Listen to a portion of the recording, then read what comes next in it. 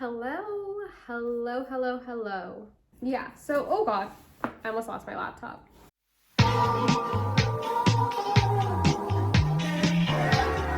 Today, we are gathered here today to discuss, we're wrapping it up. We are here to discuss the very last, The Hero of Ages in the Mistborn series by Brandon Sanderson. Oof, this hair. Alrighty, so I have notes. I came prepared. What do I have to say? Let's start by giving a little bit of context. I also do have a disclaimer. There will be spoilers. There's no way that I could talk about the third book without giving some spoilers. You shouldn't even watch this until you've read the first and the second and the third. A little bit of background, some context if you hadn't watched my first and second, my reviews about the first and the second book. In the first one, Mistborn, I'm pretty sure that's what it's called. We're introduced to our main character, Vin, and a cast of characters who are going to overthrow the final empire, this tyrant of 1,000 years. I read that and I was really impressed by the world building. There was a very cool, unique magic system. There was a whole host of characters, it was good, not great. Then I read the second one, which was called The Well of Ascension. And that story, that novel begs the question, once you've overthrown a tyrant, how do you rule?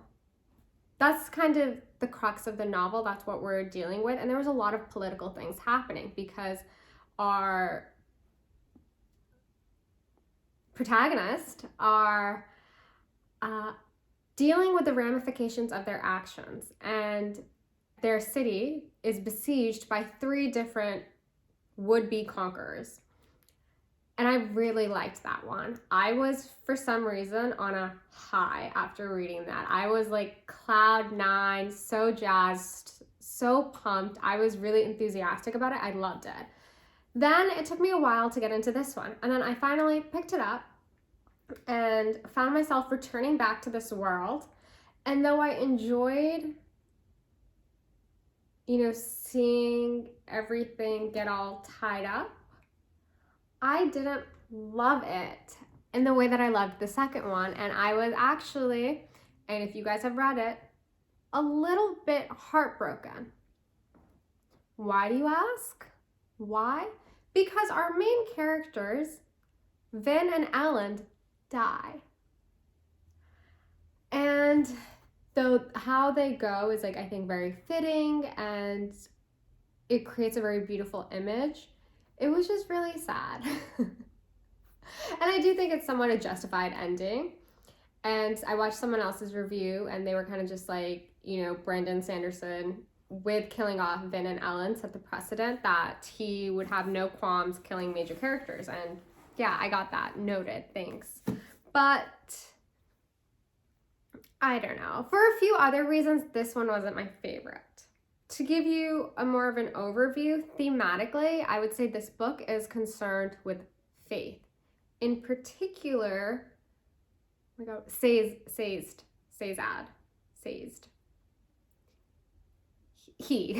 Him.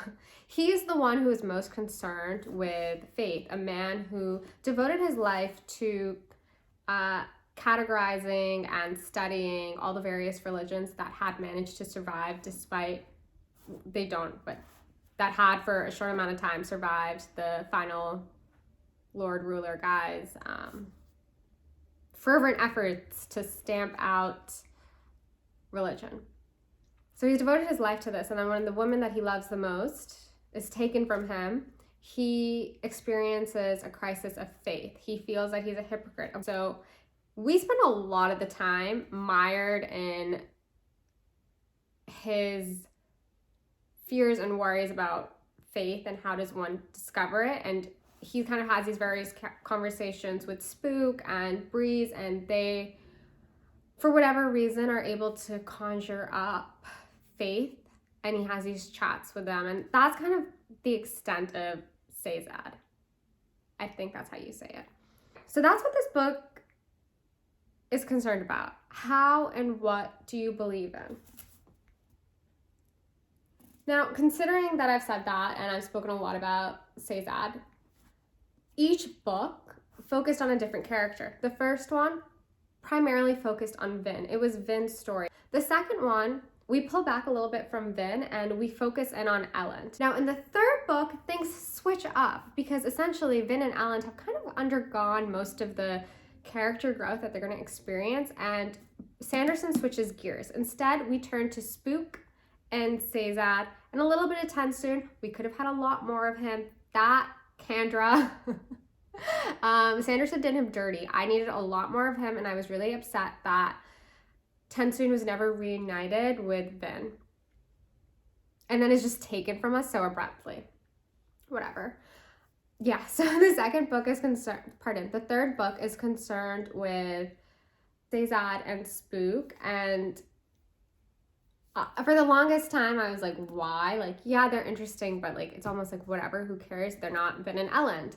But then by the end of the novel, Sanderson has set it up such that they are the heirs to Vin and Elend's legacy. They are the ones who we've been waiting for all along. And my little theory is that we should have known this all along because Sanderson, his last name starts with S. Spook and Sazad also starts with S. Like, there you go. That's the theory. That's it. That's the key. That's what we were missing in our understanding of all of this. So it was interesting, and Spooks has like a complete 180. He goes from shy, barely talks, insecure, young little boy to a ruler, a leader. And it kind of took me a little bit by surprise because I feel like the switch seems to happen almost out of the blue, arbitrarily, but it works, I guess. So my final thoughts and a brief summary. I like Spook's character growth, but it did feel a bit jarring. Sazad being the hero of the ages, I guess all the clues were there, but I'm not gonna lie, I found it a little disappointing. And though the visual imagery of Vin and Elend lying together post-final battle, once Sazad has like fixed them or whatever, is very viscerally quite strong, but it is so upsetting to know that they had to die in order for the world to survive, and they were just so young. Finally, and I know I mentioned this, I wanted more of Tensoon. Like, let's get a whole entire book about, a series about him through all the various contracts that he's been through.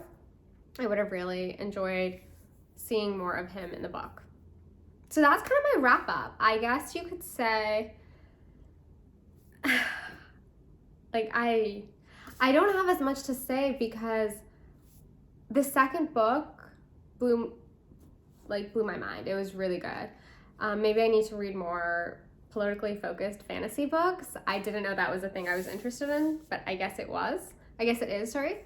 And I know that there's more to the Mistborn series. There's a couple books that were written on 300 years post when this world takes place, but they seem to have a bit of a Western slant to it, as in like a Western story, like cowboys and whatever. Like, that's the vibe that I'm getting. So I don't know if that's necessarily something that I'm really interested in. Yeah, I'm gonna put a pin on this series for now. In terms of reading more Sanderson, I saw someone's video where they said The King of Ages is really good, so I might give that a go. We will see. Only time will tell. But that's that. And I would love if you've read this series to let me know in the comments what your thoughts were. Who is your favorite character? How did you feel after completing this series? I feel a little, as the British say, gutted. I'm a bit sad. And if I had to rank the books, number 2, 1, and 3, I guess that's the ranking that I would give them. In addition, it would mean the world to me if you liked this video, dropped a comment, and hit subscribe. It would be a Christmas miracle if I got more subs. Okay, and with that, I will see you beautiful people later. Bye.